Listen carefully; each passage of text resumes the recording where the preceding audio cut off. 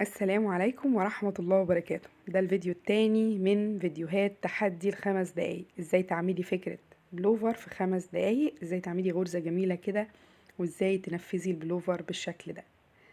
ده الخيط، انا استخدمت خيط فاشن مستورد وهو خيط ستوك يعني سمكه متوسط. عندي ابرتين وكمان علامات واداة قياس.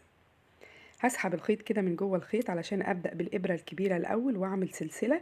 وده ليه؟ بعد كده انا هشتغل بالابرة التانية علشان السلسلة عندي ما تكونش مشدودة. هبدأ اعمل ارتفاع من السلسلة. الارتفاع ده عبارة عن مضاعفات العدد 3 زائد غرزتين. هشيل الابرة وهستخدم الابرة التانية المقاس الاصغر. هبدأ كده اسيب الغرزتين اللي انا عملتهم وادخل في تالت حلقة واعمل اول غرزة حشو. هطلع من 2 من على الابرة. تاني غرزة هاخد لفة وادخل في نفس المكان واعمل نص عمود واطلع من ال3 كلهم مرة واحدة. بعد كده هاخد لفة وفي نفس المكان هدخل واعمل عمود بلفة. هطلع من 2 وبعدين من 2 وهكذا. هسيب 2 مش هشتغل فيهم، وادي 1 2. هدخل في الغرزة التالتة واكرر اللي انا عملته.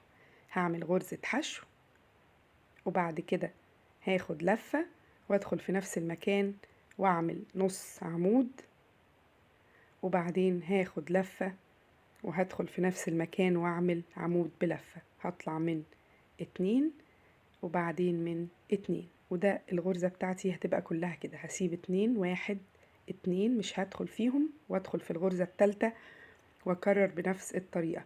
مجرد ان انا بعمل حشو نص عمود عمود بلفة وهكذا لغاية اخر السطر بتاعي. هقول لكم هنعمل ايه. كده السطر بتاعي خلاص زي ما انتوا شايفين.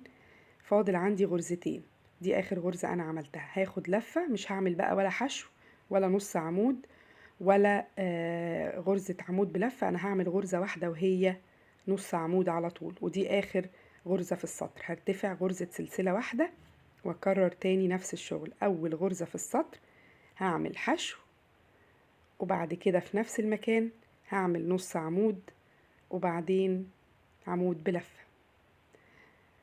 غرزة سهلة جدا وتقدري تنفذيها في حاجات كتير. مثلا ممكن شال او بلوفر او اي حاجة انتي حابة تعمليها. هسيب غرزتين وادخل في الغرزة التالتة وهكذا، وهكرر نفس اللي انا عملته. حشو نص عمود عمود بلفة لغاية ما اعمل القطعة بتاعتي وهي صدر وظهر البلوفر وطبعا الكمام برضو. ده الصدر، وزي ما انتوا شايفين انا نزلت كده بالماركة، حطيت علامة عشان اعمل الجزء ده وبعدين الجزء بتاع الرقبة زي ما انتوا شايفين، وبعدين هكمل الجزء بتاع الصدر.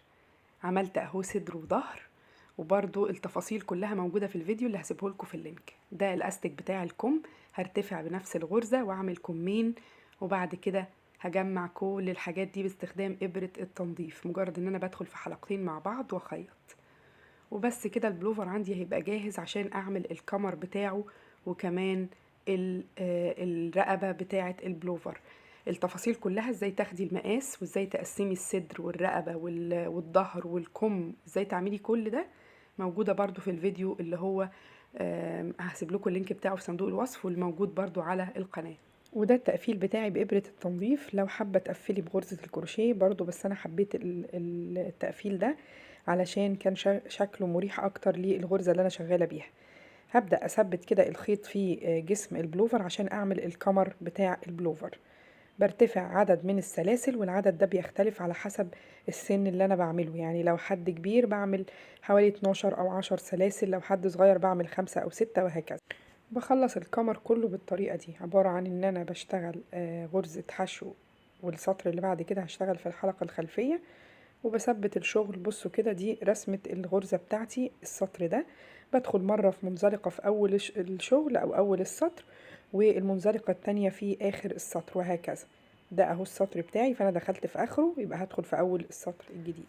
مجرد بس ان انا هعمل ارتفاع والف الشغل بتاعي علشان اشتغل في السطر الجديد. دول الاتنين منزلقة. بصوا كده ده عندي الارتفاع، دي سلسلة الارتفاع، وبعدين ده الاتنين منزلقة. انا مش بدخل فيهم، انا بدخل في الغرزة دي اللي هي اول غرزة في السطر بعد الارتفاع والاتنين منزلقة. بدخل في الحلقة الخلفية بتاعتها علشان اعمل غرزة حشو في كل حلقة هتقابلني، وهكمل الجزء ده كده واعمل الكمر وبعد كده الرقبة.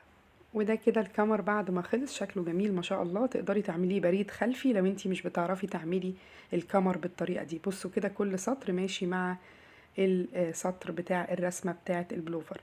هعمل الرقبة بنفس الطريقة اللي انا عملت بيها الكمر، ودي شكله او ده شكله بعد ما خلص. حبيت قوي البلوفر، حبيت تفاصيله كمان. ينفع زي ما قلت لكم الغرزة دي تنفع رجالي او حريمي. تقدري برضو زي ما قلت تشوفي الجزء ده بالتفصيل على القناة. هسيب لكم اللينك بتاعه في صندوق الوصف. والسلام عليكم ورحمة الله وبركاته.